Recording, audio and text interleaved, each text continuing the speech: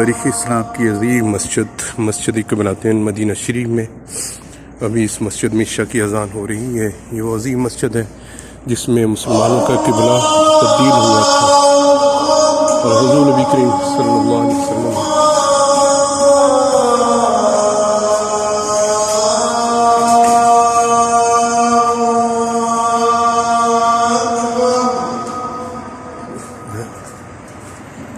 یہ باہر کا منظر ہے مسجد کے باہر کا، یہ روڈ ہے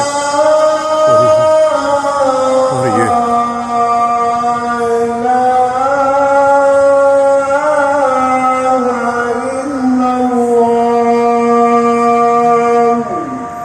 محمد رسول اللہ۔ یہ عظیم مسجد حضور نبی کریم صلی اللہ علیہ وسلم کی خواہش پر اللہ پاک نے یہاں پر مسجد اقصیٰ سے تبدیل کر کے خانہ کعبہ بیت اللہ شریف کو مسلمانوں کا قبلہ بنایا۔ یہ عظیم مسجد ہے جس کو مسجد قبلتین کہا جاتا ہے۔ اللہ تبارک و تعالیٰ سب کو اس مسجد کی بار بار زیارت اللہ پاک عطا فرمائے۔